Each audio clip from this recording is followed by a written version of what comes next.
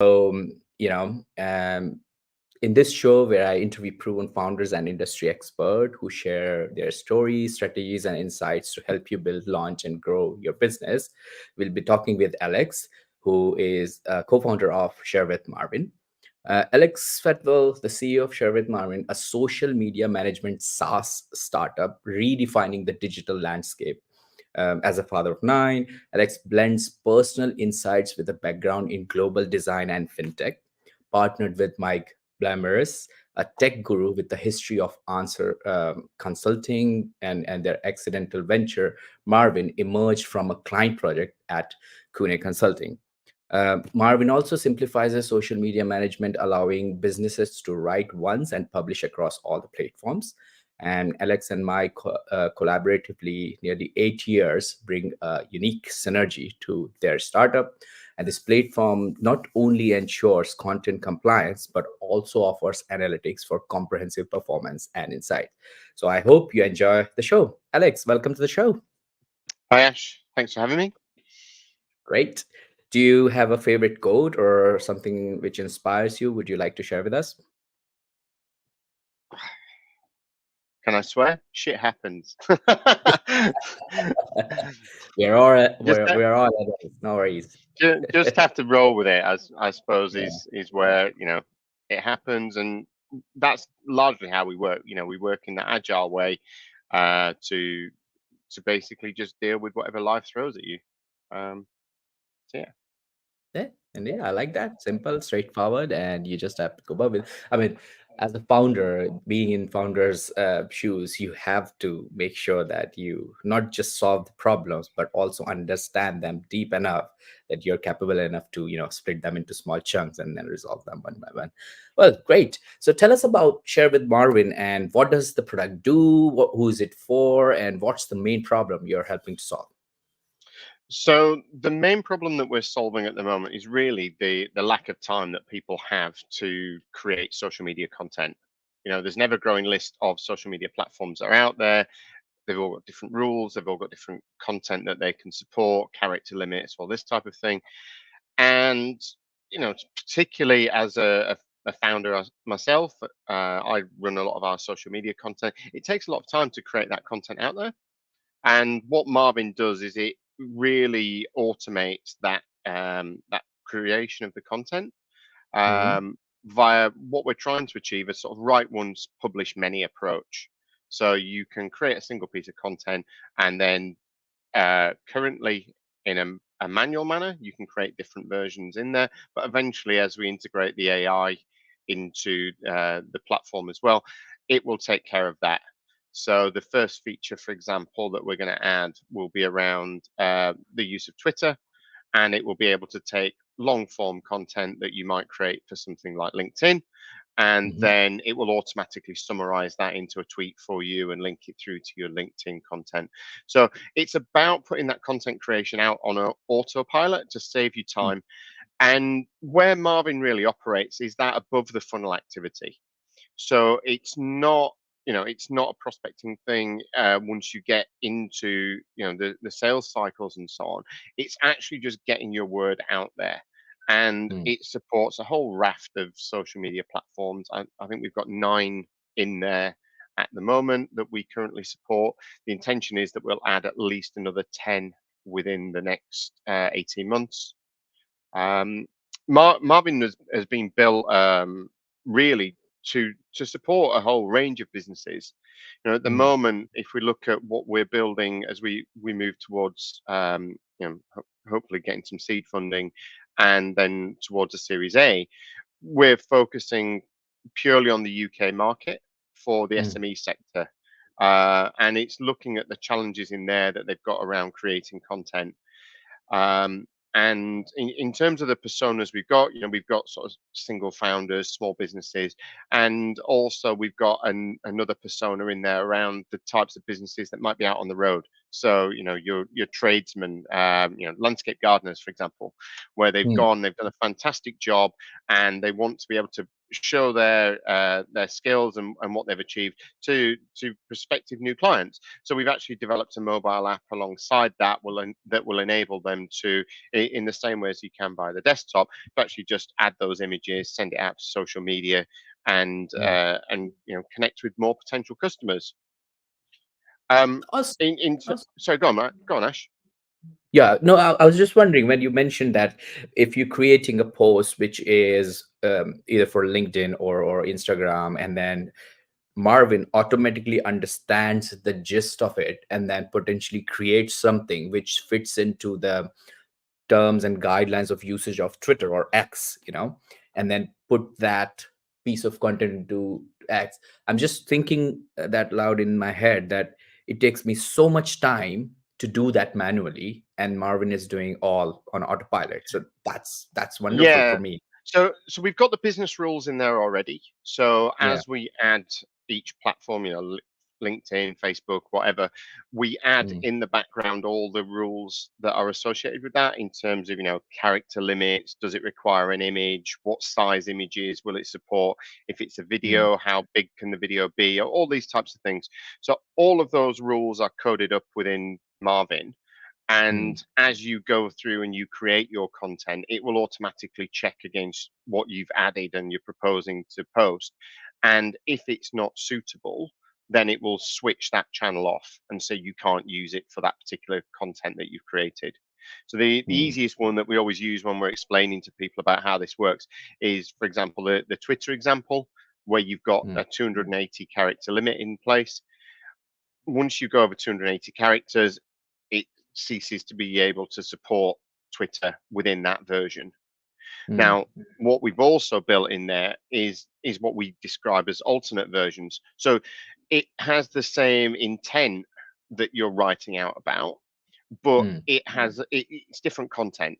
So I might create a tweet that is, within the 280 characters that's on the same topic as my long form content, and it's within there, and it's all published again as part of that piece of work, that piece of content that's going out. Now, the mm, reason that we've done that is as we go down the line and we start to build out our analytics, then you'll be able to look at the total sort of relative and sort relational impact of your post. So you can see mm, how did that long form content behave, how did the Twitter content behave, how did your Instagram content behave, and so on, and how did it all come together in terms of the outreach. mm. And that then over time will then start to factor into the AI content that we'll then be producing. So it will, be aware of what's going on LinkedIn for you, for example. So which of your hashtags perform best, which of your words does it perform best with an image, and it will put all of that content on autopilot. Now Indeed. that's way down the line, but at the moment Mm, we're focusing on the creation aspect and building mm. that out so that we can start to get the body of content that's in there. And we've laid the foundations in the background so that as posts are created, we can actually start to suck in those analytics over time and start to build that out in the background as well. Got it, got it. And I would love to understand more about the features and how it could help somebody who is just starting up, or somebody who already have a brand present on the social media, different social media platforms, or someone who has an idea about it, or want to grow more. But before we talk about that, let's talk about where the story begins. Where did the idea for Share with Marvin came from? So I'd love to take full credit for the idea, but it actually came about as a result of a client that we're working for, Mm, who wanted a database. That was all they originally wanted to actually create their social media content into, but they weren't interested in the actual publishing or anything like that. They intended to actually take it and publish it out themselves and handle all that. And mm, when Mike and I looked at it, we said, well, this can be so much more. It's not just a database. If we've got all that content, we can do all these clever things with it that we've got on our roadmap. mm, So when we responded to the request for that quote, we actually said, well, look, we can build this as a SaaS for you in partnership, and we will retain those rights over the code. Obviously, you get a significant discount, and we'll build it out. And they love that as an idea. We're doing it on a very cost effective basis for them. They get access to our development team, and we get access to well, the ability to build out this business. Mm. The which we've done a number of months of development now with them, and that's been incredibly successful. We're sort of super agile. We gave the client a working version within 6 weeks of getting the project brief. Wow. From Yeah. literally no code written to Mm. here's the first version that's starting to implement the security and things like that. And we now deliver every 2 weeks. We do a sprint demo back to them. We show what features we've added, and we work with them collaboratively to produce a roadmap. Now, Mm. obviously, their funding in a lot of ways constrains what we can do, because we've got a bigger book of things that we would like to spend on. So that's one of the reasons that we're now starting to look at raising investment against the business as well, that will sort of increase the throughput of what we can do, and add some of the other features that we'd like to prioritize over some of the things that they're currently focusing on. But yeah, it. I would love to say it was deliberate, and we set out when Mike and I sat down to actually create this as a business. But it was one of those. This is right place, right time, opportunities. We can make this work, and the stars aligned, and we set off down that road. And this is the beauty, isn't it? This is like the one of the best ideal scenarios if you're a founder and if you already have a customer who is Mm, willing to pay you for XYZ, and then willing to be a partner with you for development of something which you would like to develop in parallel. And that's fantastic. I mean, like, I have interviewed more than 30 plus founders on the show, and very few of them said that we had customers on the first day of our launch. Whereas in your case, you already had a customer before you even, conceived the yeah, idea to the basics. So yeah, that's absolutely.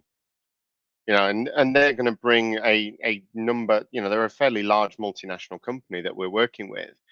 mm, And they're going to bring a significant number of users onto the platform from the outset that they can start out with. So that that gives us that boost. And obviously, in terms of when we're building the software out, we're getting that real time feedback from customers that's so important. They're saying, yes, we like this, no, we don't like this, and it gives us that ability to iterate so quickly through and solve real problems in there.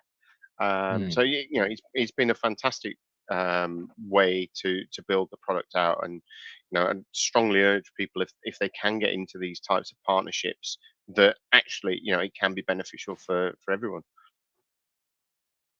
Great, great. And when you had this epiphany, I'm sure you looked into the market and you looked around at what there are the products and what was going on at that time, and what did you see from your research that encouraged you to move forward with this idea? So we kind of came together. Our client that we got had already done a significant amount of research, which was why they were Mm, looking at building out. And they had a number of gaps that they were looking for. One was the number of channels that a lot of the tools that are out there in the market support. So they, in mm, particular, want to break into the Asian market, and some of the social networks that are really popular over there. Mainstream tools such as Hootsuite and so on don't support that currently. mm, So, this was a big thing. They also want to do an integration with their CRM system and be able to sort of assimilate that data that's coming through from the content into their CRM, and then use that for email publishing, website content creation, this type of thing, which none of the tools in the market do. So these were the two big drivers that they had. What we'd already been looking as well for our other business around social media tools to see how we could look to boost our own presence out there. And the big thing that we found is that they all replicate the same problem. They all don't deal with this write once approach. They all make you write a post for each different content that you're going to go out to. mm, And that doesn't save you any time. So you end up paying this subscription fee for the sort of feel good factor that I'm doing it in a tool. But if you look at the sort of stats that are out there, most people aren't using social media tools at the moment anyway. They do them directly into the platform. So they'll write on LinkedIn, they'll write on Facebook, they'll write on Twitter, because the native editing tools are all free. So there's Mm, no point for you to go and pay for these things to get no benefit. And that's where we then started to see that we could be a bit different, because we actually do feel that we offer a real sort of game changing value add in this space, in that you can write a single piece of content that then mm, can go out to however many channels you want to publish it out to. And that really is then a compelling reason for people to want to look at Marvin. On mm, top of that, what we also noticed when we started to research them was that a lot of them are really, really expensive. And that's sort of prohibitively expensive for smaller businesses that are starting out there. Now, our, mm, our entry level plan only comes in at £35 a month, mm, which, the amount of time that we're saving and the amount of additional content that you can get out there with such a small subscription, we think is really good value for money. mm, But a lot of these businesses, because they don't see that they've got to the sort of mass market numbers that are possible, they're having to charge fairly hefty revenue fees, sorry, subscription fees in there, subscription fees. uh, Yeah. which is not great. Most of these tools have, if you look at Hootsuite's got about 15 million users globally, Mm, which is an enormous base. They blow everything out of the water. They're almost, I think they're probably about the same number as most of the top 50 tools combined in terms of user base. mm, So they've really cornered the market. But they were founded in 2008. And if you look back at how many social networks were around in 2008 that people were using with any sort of regularity, it was just a handful. yeah. Yeah. And what they've then done is they've replicated sort of cookie cutter style. Right, new social networks come on. Right, we'll bolt them on. Right, Mm, okay, and they've just bolted them on and solved the problem in the way that they were doing. But now, when you've got, God knows, I mean, there's probably 15, 20 that are really popular in the UK alone. mm, That that type of replicating the content and wasting your time creating it in that space is just an enormous amount of time to spend, which is why we then thought, well, we can tackle this differently. And mm, that really then came about for right from the start. Even when we started to put together the architecture for the product, we said, well, this has to support multiple channels from the mm, outset. We have to make it so that it's really quick to plug them in. It has to be really simple to configure them for users. And we feel that we've achieved that. But the benefit is now we can actually add a new social network in about 2 weeks. So if you look back at like TikTok when that blew up, for example, particularly off the back of the pandemic, for the majority of tools that are out there to be able to then support this publishing via their framework, it was a significant undertaking. Whereas for us, it's integrated into this multi-channel framework, add in the business rules that go with it, and you're away and we can publish out to it provided the API is available. So we've mm. we've really sort of future-proofed the solution that we've put together in such a way that as these new networks come along, and they will, you look at threads that came about off the back of Twitter and things like that. Yeah. Yeah. People are always looking for new ways to engage with people in a social media manner, Mm. and we've sort of future proofed ourselves to do that. That provided there's an API, we can actually integrate with it. Awesome, awesome. And I would love to talk more about how Marvin is different from other social media automation, or in other words, tools which help businesses or influencers to increase their influence. But before heading into that,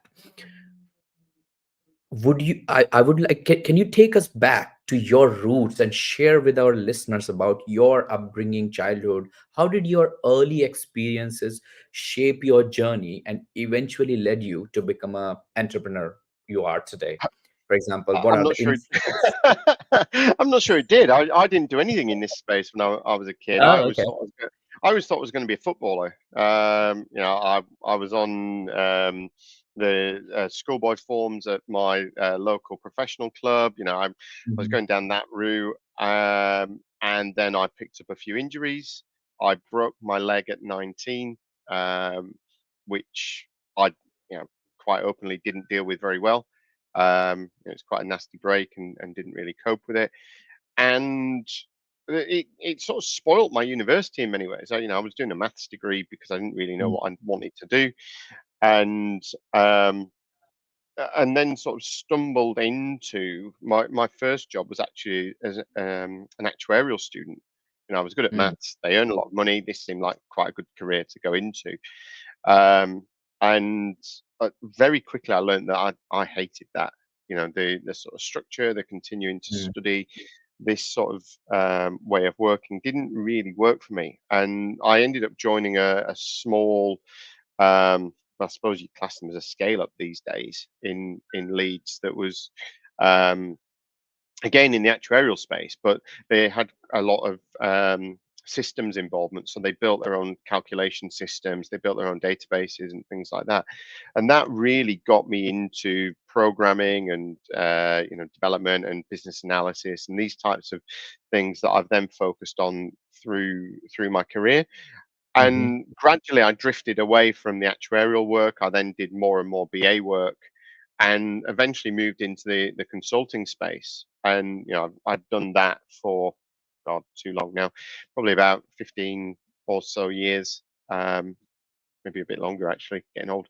Um, and for the last eight, I actually worked in a couple of consulting roles in there, and also running a design team globally. So, I'm used to building products, but that was where I met Mike, and we've been friends for about coming up 8 years now.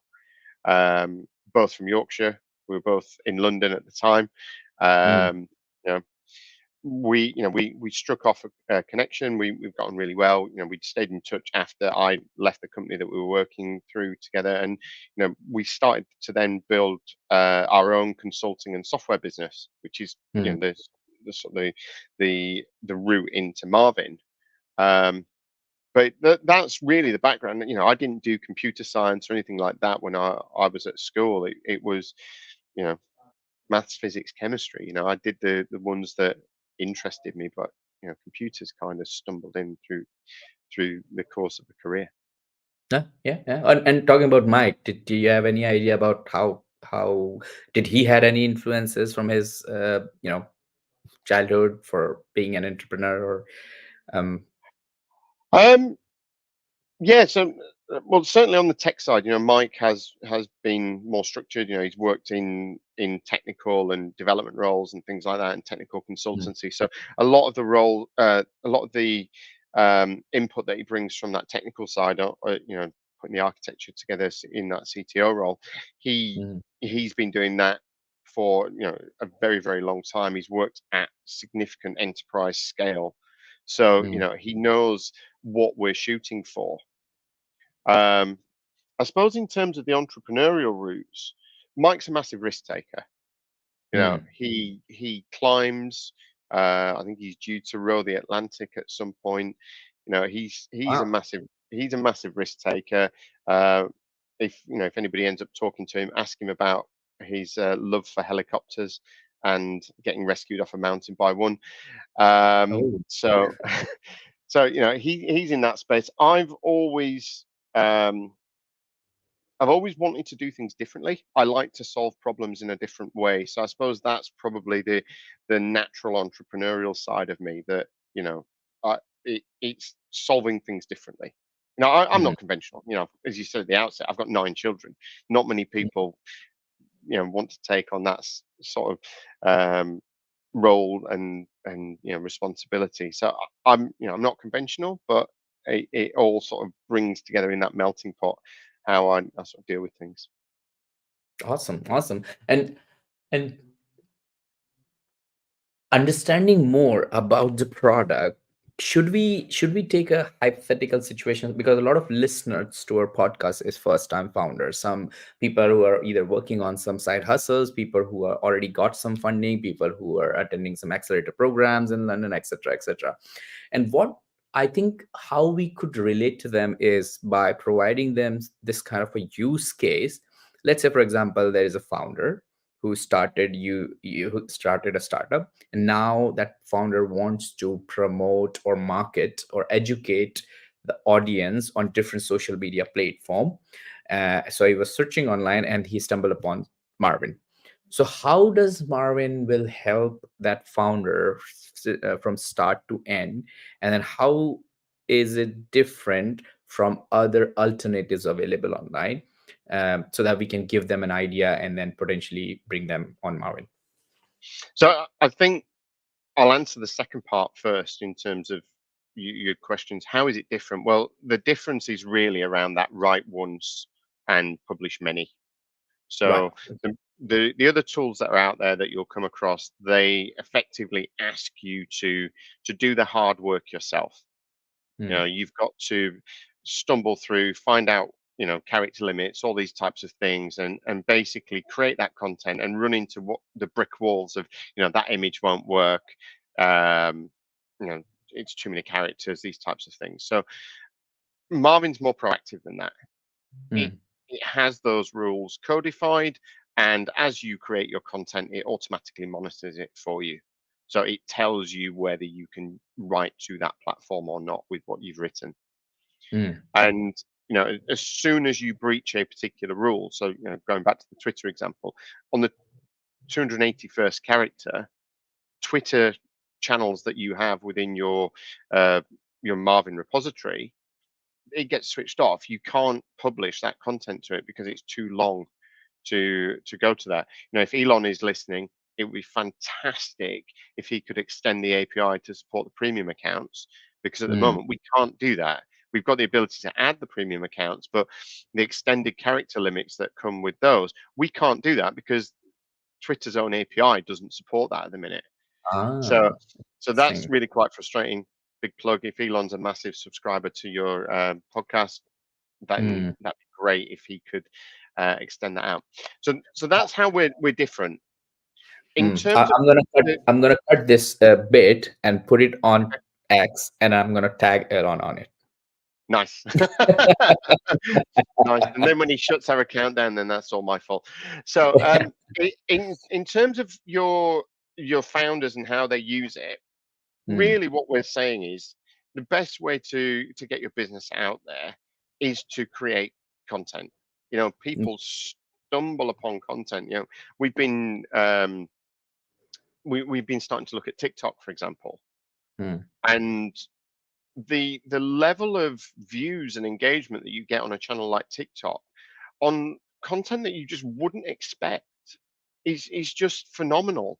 So mm, in this world now, one of the best things that you can do as a business is get yourself, sort of elbows out, get to the front of the queue, and make people aware of your business, even if it's just that they know you're out there. You don't even have to be on the sell. It's just, this is what we do, and people have got that awareness, so that then when they are facing that challenge, um, you know, it can then they then know to start to look for you, and they can come to you.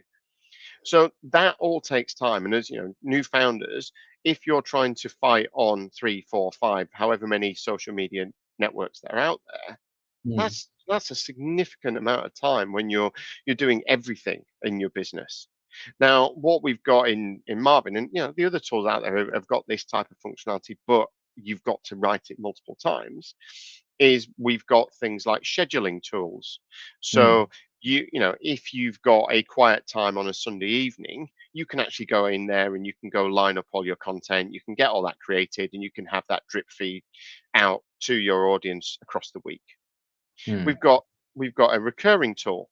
So if you've got say promotions that you want to push out every day onto Twitter, or you might have brochures about your business, or anything that you might want to post out to customers multiple times, just to mm, keep that at the forefront of their mind. We've got this recurring functionality that you can put in, and you can set up a schedule for however you want to push that content out. So mm, it's all around that saving time is where we're at. You know, it's write once, so that saves you time, and then mm. use our tools to achieve even more time savings. And we will actually increase that as we go. So, I've talked about the auto creation of the Twitter tweets off of long form content, things like that. We will have AI in there. We're starting over the next few weeks to integrate ChatGPT prompting directly into Marvin, so that you can just go in and give me an article or give me a post about this, and it will create the body straight into Marvin for you. Because Mm. what we found is that a number of our users are using ChatGPT, and they're going, give me this content, copy paste, and they're copying it into Marvin. Well, with a relatively few lines of code, we can actually do that, and you can do that directly into Marvin, and Instant tool. and Yeah. yeah, and it saves you seconds here and there. But if you're a founder, that's a phenomenal thing. Just saving all those bits of time, you add that up over a week, and actually, it means that you can do more with your business, and hopefully capitalize on the business that you generate off the back of being more prominent. Oh, definitely. I mean, I spend so much time on creating reels and Instagram posts and LinkedIn posts individually on Canva. You know, I do pay for Canva also to get the, pro version features, but then it takes so much time for me to create it there and then individually pick it up, put it on the schedule for all the platform. So, it's straightforward. It's a lot of value for me. So I can definitely see the value here. So, okay, so Sorry, just on let's, that point. So I'm yeah. glad you mentioned Canva, because that's actually on our roadmap as well. So this is another piece of feedback that we've had, that, Uh-huh. that a lot of businesses are creating content directly into Canva. So Mm. over the next couple of iterations, we're hoping to integrate Canva directly in as well, so that Oh, you can nice. create Canva content that would then feed through into Marvin, and then would be able to leverage our publishing framework. So, all of these things that businesses are doing, we're Mm. seeing Marvin as a place that actually joins all that up, and just saves time. Oh, indeed. That would be great. Imagine every morning I'm logging into Marvin account. I am creating the graphics on the Marvin with Canva integration. I'm creating on the content in terms of text with the help of Chat GPT on the Marvin. Potentially, I'm uploading some videos, adding captions and everything on Marvin, and then literally click a button with schedule, and that's my week long schedule is done. Yeah, It's amazing. that's essentially where we're aiming for. And down the line, we've Mm, got roadmap items around AI image generation, so we want to be able to plug that in. We've already developed an integration framework that will allow things like, for example, Shutterstock. If you've got a Shutterstock account and you want to bring those images in, we're starting to look at how we can access those more readily within Marvin, so that you can bring those in, again saving time. mm, We've got the GIF libraries that we're integrating at the moment, because obviously GIFs are really popular in terms of social media definitely. content. So all of these things that businesses want to do, we're looking to bring them in there. And because we have this real sort of agile way of delivery, as we get customer feedback, we're then factoring that into what we're then building out, Mm. and starting to develop the things that businesses want. So one thing I wanted to understand is I understood that there's a lot of features around text and images. How does Marvin deals with media content, especially with videos, and what kind of features right now it offers, and what is in the pipeline? So videos at the moment is probably one of the least developed areas, if I'm honest. We have the ability to add videos in there, and it will support them, publishing out. So we can publish to TikTok, for example, with the videos that are in there. Um, Down the line, in terms of roadmap, we've got YouTube integration directly, and we've got YouTube Shorts integration that we'll be supporting as well. There on the 12-month roadmap for adding in there. In terms of the tooling that we'll add, that remains to be seen. We want to take feedback from customers. If you look at TikTok, for example, with the tools that are in there, do we want to replicate that content, or is it actually better to say, well, if you're doing these things in TikTok, are we Mm, better taking that somehow and giving you easy access to that video that then means that you can send that out to your other social media channels? And we haven't got that fully worked out, being completely honest at the moment. We're wanting to see how customers actually use the platform before we mm, add these things in. But the general sort of premise is that if we can save you time, we will within Marvin, and we will mm, allow it to go out to all your social channels that are supported. mm. That's sort of the vision that we've got of how we're delivering it. Okay, okay. So in terms of the product itself, then how far you are with, let's say, how far you are with your MVP, or is it already been done? Do you have any customers in the pipeline, other than the sponsored customer you had before? And where you are, I mean, I understand that from the team size, you're just yourself and Mike, right? Or you have more team No, no, members? we've got a dev team as well. Okay, So all we right, so we perfect. we're just on. I think we're just at 10 people now that are working on this globally. Okay. Um, in terms of the journey, we've got what we consider sort of a true MVP now, probably a little bit Mm-hmm. richer than an MVP. So we've got 9 channels in there. You can publish out to all of those channels.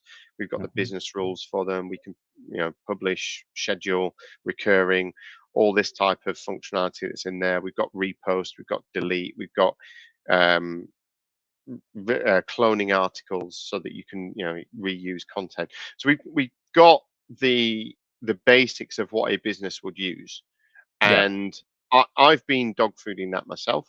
So I use that now for doing all of our social media content, and that's been a massive time saver for me. In Mm-hmm. terms of number of clients, we're hoping that we might just tip over 50 users by the end of the year, with Mm-hmm. the rate that we're acquiring them. So that would be good. We are an early stage startup, and we're recognizing that. So at the moment, we're not focusing on revenue generation, which many people will go, that sounds crazy. But actually, it's more important for us at the moment to get the feedback, understand what customers really want, and get that true market fit of the product. So, Mm, for example, at the moment, we've got a promotion that's running that says, right, okay, well, if you want to use Marvin, you can have it free until the end of March. We might mm, choose to extend that, but at the moment, there's absolutely no charge, no restriction on any of the functionality that's out there. You can get an account from us and start using Marvin and tell us what you like, tell us what you don't like. So that's the focus at the moment. Obviously, once we get funded, fingers crossed, any VCs or angels listening, we'd love a chat. mhm, Um, then it becomes a different question because there has that pressure on there. But at the moment, for us, it's really about getting that market fit and mm. getting something that really solves business problems. And we're pleased with that. We've got something at the moment that does solve a problem.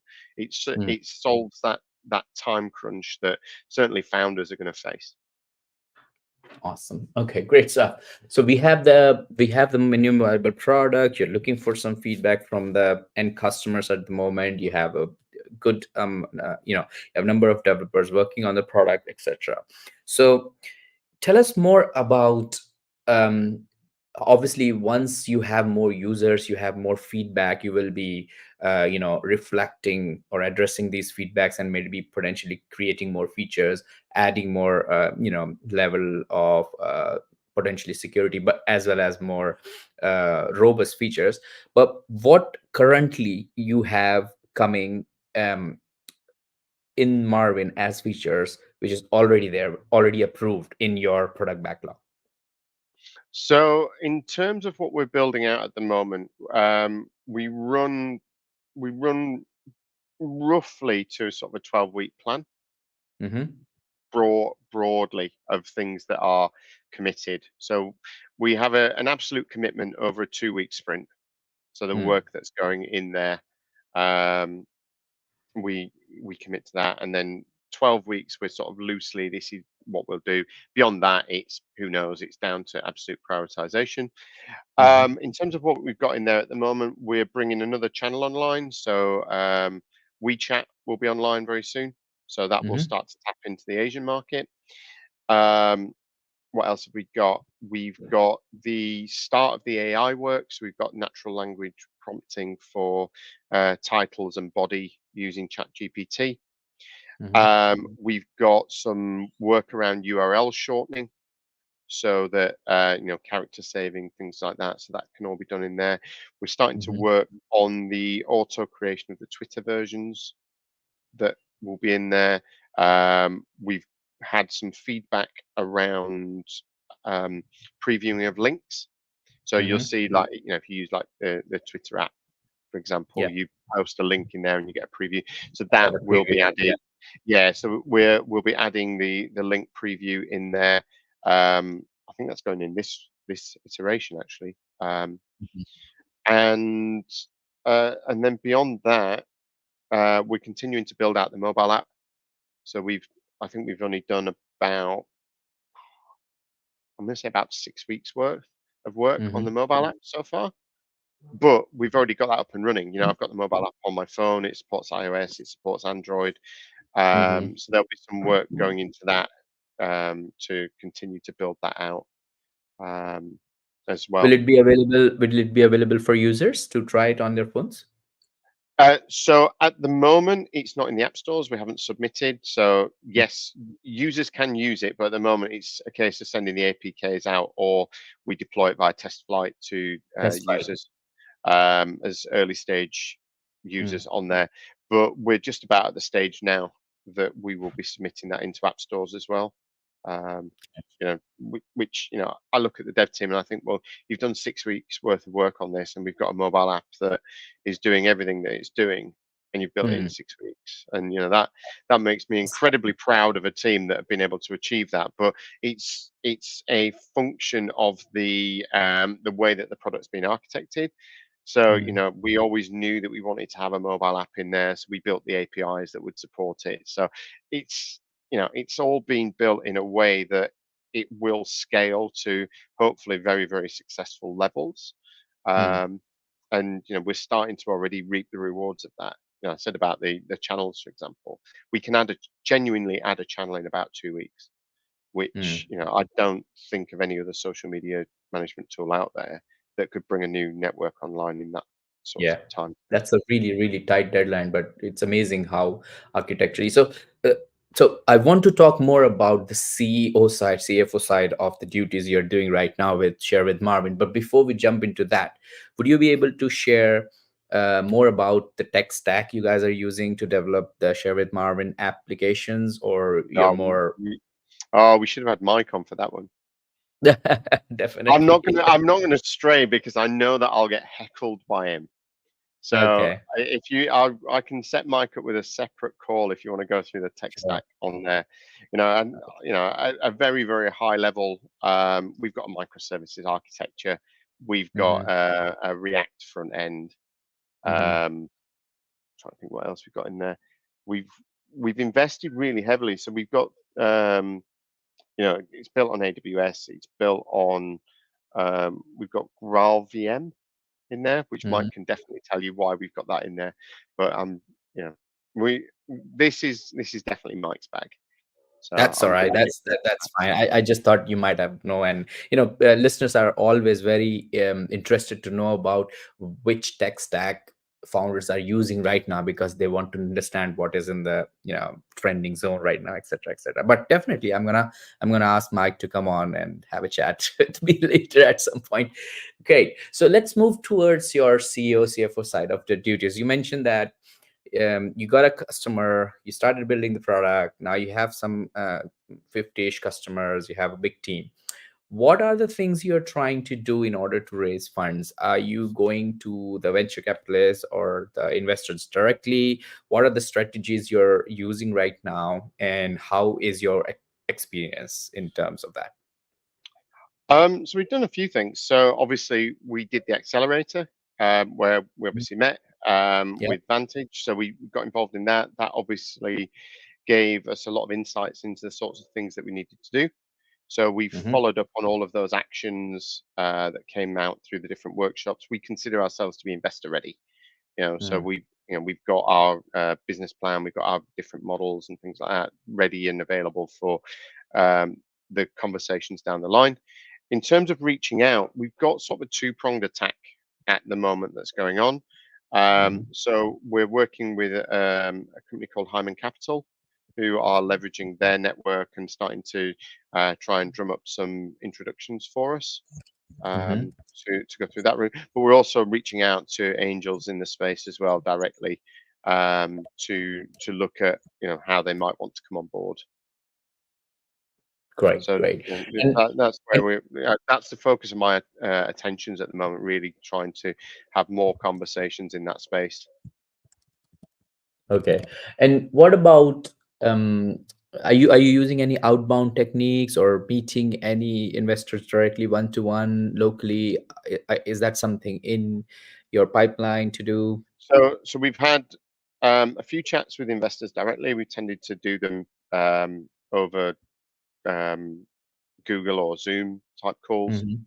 Hmm. because I live out in the country and Mike lives up north. So actually getting in a room initially can be a little bit challenging, Okay. especially if it's Yeah. only for like half an hour out. And you've got to watch the pennies for the rail costs and things like that. Indeed. But it's really just doing the hard yards. That's what we found. We get the feedback. For example, when we did the pitch night with Vantage, we had a Mm. fantastic chat afterwards with one of the VCs that was there on the panel, and she said she was almost sort of feeling guilty because she said, we've done a wonderful job, totally gets the problem. She'd actually worked at I think it was Uber that she said Mm. she'd worked at. And she said, Uber are having this type of problem themselves with being, different geographies and things like that. So she said, totally get the problem, but it's not a space that we invest in. So like, Mm. frustrating that, we can't sort of tap into those funds there. So when we have the conversations, people get it. So, Mm. we're very confident that there are the right investors out there that want to help join us on this journey of, you know, helping businesses maximize their social media impact. That's Mm. that's the vision of what we're doing, and everything that we're trying to do is aligned with that. Yeah, yeah. And how long it's been, like, since from you started developing the product until date? Is that like a year span or a couple of years? 9 months, 9 months. Okay. And nine, you nine, have 9 months recently from no code, from 9 months. literally a standing start. 9 months we've spent on Okay. building that. And and your VC approach is started just when you joined Advantage. Yeah, so we've started reaching out probably over the last few weeks, really. So we're very much Mm. very very early in that sort of fundraising round and starting to build that out. We're attractive to investors. We've got SEIS and EIS available, Hmm. so there's massive tax advantages to coming and investing with us as well. Awesome, awesome, great stuff. And I love to go more and more because I'm really enjoying this conversation, but we are limited with the time. So before we head towards the end of the interview and jump into the lightning round, I would like to know more about when you started working on the product. Obviously you have your co-founder Mike with you. Did you face any challenges? Did you actually had a moment, there must have been some valuable lessons learned. If you don't mind sharing, could you reflect on your experience and tell us about one mistake or a setback that you encountered, and along the way that you consider not really a regret but like a lessons learned, and additionally what advice would you give our listeners based on this experience? Um, Probably our biggest challenge that we faced was actually getting the dev team in place Hmm. at the outset. We have our own dev center through our other business, and we use our own resources. But the team that were coming on board to actually service that, they were all working their notice periods. So for about the think it was about 6 or 8 weeks at the start of development, we actually had to use freelancers for building the product out. Mm. And because there's so much chaos going on, Mike couldn't sit there on their shoulder and literally watch every line of code that they were doing. Yeah.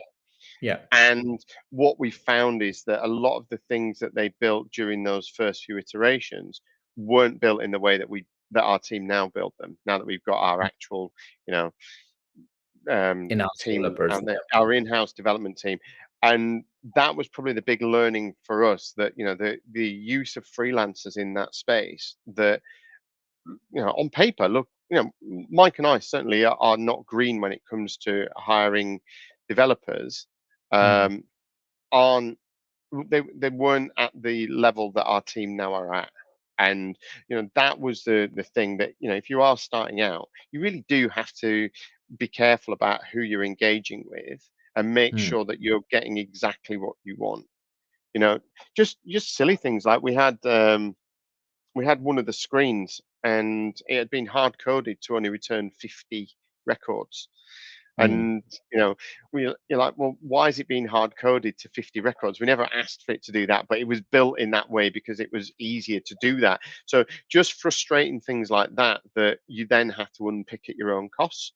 And Mm. when it's your own money that's going in there, then that's frustrating that you've got to rework things like that. So that probably would be my biggest piece of advice, that if you are looking to build anything out, be very, very careful, and have a chat with them. Right. Mike and I will quite happily chat with founders around the sorts of things that can do. We might even be able to help with our own development team if that was something that people are interested in. Mm. But one of the we've had a few chats with sort of startup businesses through our other business, and that's probably the scariest thing, that you you don't know what you're going to get out of these development teams. So that Mm. probably would be my biggest piece of advice. Be really, really careful who you engage, because it can be a very costly mistake down the road. Yeah. Yeah. And this is not first time I've heard this advice. Even before, when I interviewed other founders, and they always say that if the founders are not technical enough, or they needed some help for developing the overall product, it's always like 3 or 4 times of 10 times they burn their hands with freelancers or offshore developer teams. And then eventually, after very hard work, lots of interviews, lots of conversations, they find the best fits.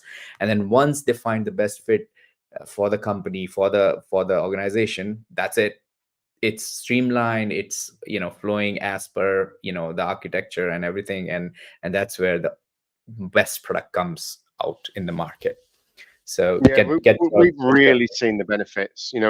We always plan to open our own dev center, Mm. and getting the guys in that we've got. They've all got significant enterprise experience. They know how big systems work and how they should be architected and what the expectations are. So even though we're a relatively small firm at the moment, we've Mm. got people that have worked at that enterprise level, so they have the standards, they have the control, they have the rigor that you would expect, that you need at that sort of level. But they bring it in, and that's just how we do business, and it's definitely paying dividends for us.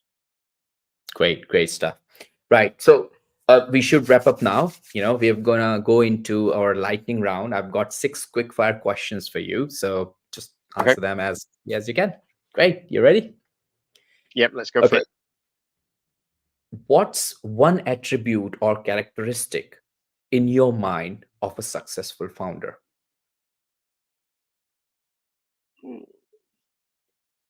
Enthusiasm. Hmm. Has to be, because it's hard. I describe myself as a cheerleader a lot of the Mm. time. I've Mm. got pom poms, I've got the mini skirt, and I do rev up the team from time to time, just because it's a slog. And I think you've got to have somebody that is prepared to do that. Yeah, totally agree. Totally agree. What book would you recommend to our audience, and why?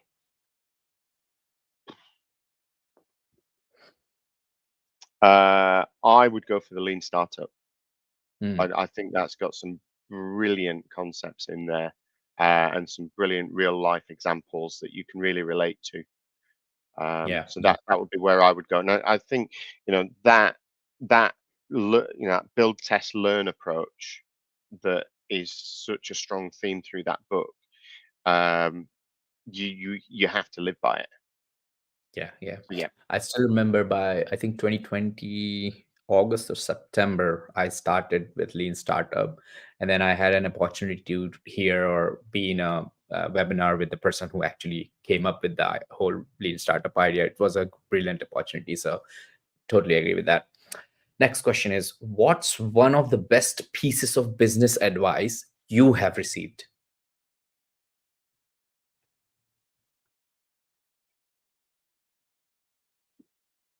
people have lives.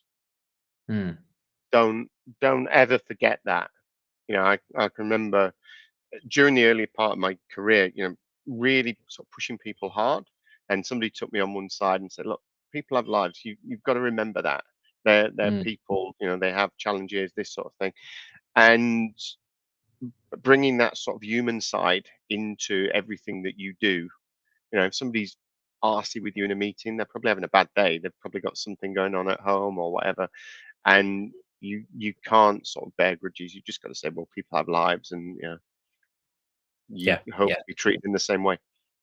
You have to have an empathy towards your team as well as the customers and even other It's everyone, stakeholders. everyone that you're engaging with. There's always a life that's going behind everything. Mm, Even just simple things like, um, paying invoices, for example. If you're a small business, the timing of when your invoices get paid by suppliers is absolutely crucial, because mhm, you don't have the massive reserves of cash to sort of ride out the things. If you've got terms in there, you kind of need them to hit when they hit, indeed, so that you can manage the cash flow. So, remember that there are behind every founder that's out there. For example, they've got a family to feed, this sort of thing, and it really matters. definitely, definitely. What's your favorite personal productivity tool or habit? Um, Personally, I'm terrible with email, so I tend to focus start of day and end of day looking at email, and then Mm, beyond that, don't touch it. mhm, Don't touch it during the day. You know, my team know if they want me, Slack me, phone me, this sort of thing. Get me in that way, because mm, if you're bothering me intraday, you need an answer. I don't want to be holding your job up. yeah. So, yeah, that start and end of day, picking up emails is probably the biggest thing that I do. Okay, great. What's a new or a crazy business idea you would love to pursue if you had all the money in the world and all the time available? Need my mirror board. We've got about 20 of them. One of the ones that I don't think we'll end up building, so I will talk about, is a system called ShopNav that we've coined it, Mhm, which is basically allowing customers to get to the cheapest version of their shopping. A bit like, if you put a route in that you want to do via your sat nav, well, mm, you give it a shopping list and it works out how to put all that on autopilot and get you to your shopping list for the cheapest way possible.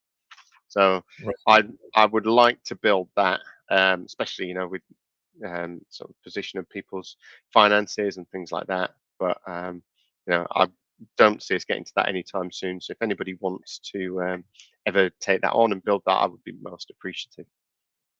Yeah, great, great. All right, so there's this is the last question, and this last question, it has a twist. This question is actually given to me by my last interviewee, like the founder I interviewed.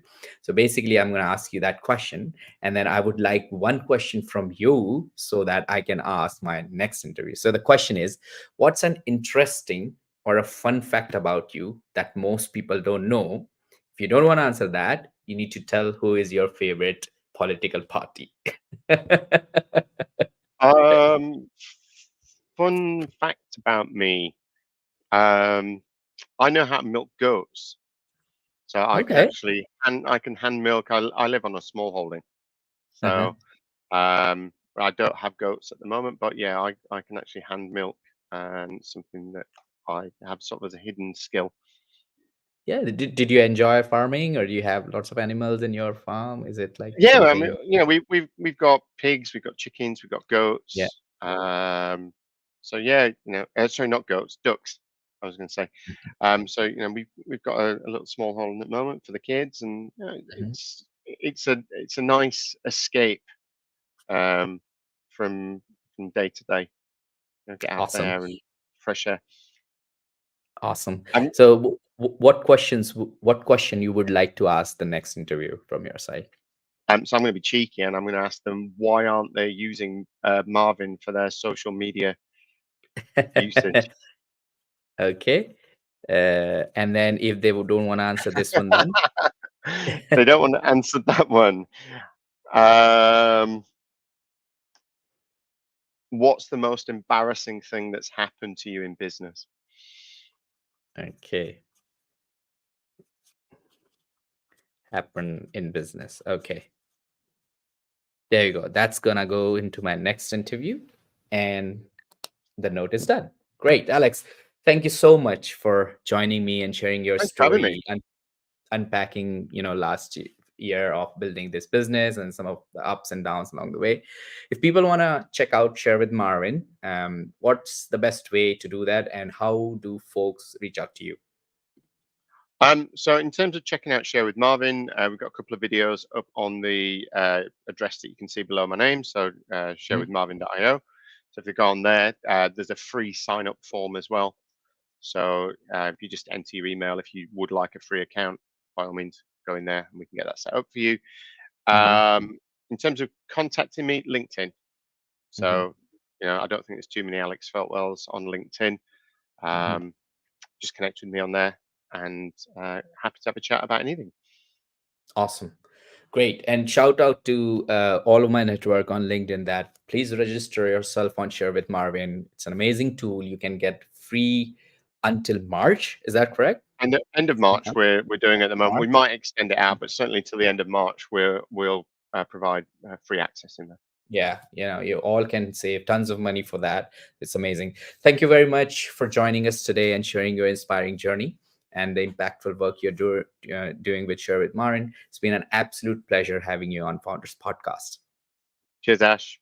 Take care. Thank you all for tuning into the episode of Founders Podcast. I hope you found our conversation with Alex insightful and inspiring. If you enjoyed this episode, make sure to subscribe to our podcast and stay updated on future interviews with proven founders and industry experts. Stay inspired, stay motivated, and keep building.